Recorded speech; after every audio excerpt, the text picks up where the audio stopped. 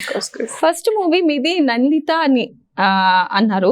ఇప్పుడు నందిత ఉండబట్టి మీ పేరు నందిత శ్వేతగా మారిందా, లేకపోతే వేరే రీజన్ ఏమైనా? ఆ మూవీ చేస్తున్నప్పుడు మనం షూట్ వెళ్తే కూడా they were trying to find out a name పెట్టాలి, హీరో హీరోయిన్ బోత్ నేమ్ ఉండాలని.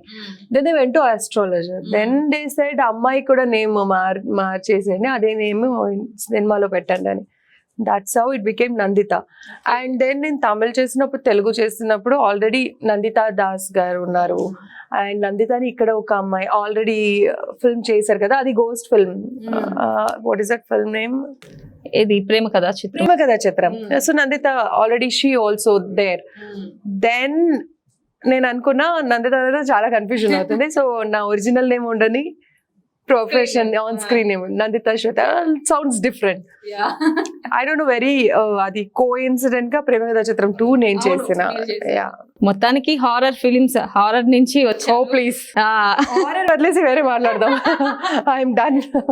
హారర్ అంటే భయమా అసలు? ఆ సినిమాలు చేయడం వల్ల చేసినా కదా, మళ్ళీ అదే మాట్లాడేది ఏముంది. ఇప్పుడు నేను అది కాకుండా ఆ తర్వాత ఐ డిడ్ శ్రీనివాస కళ్యాణం 7 అని ఒక మూవీ, అండ్ బ్లాక్ మాస్టర్, అక్షర, చాలా మూవీస్ చేసిన.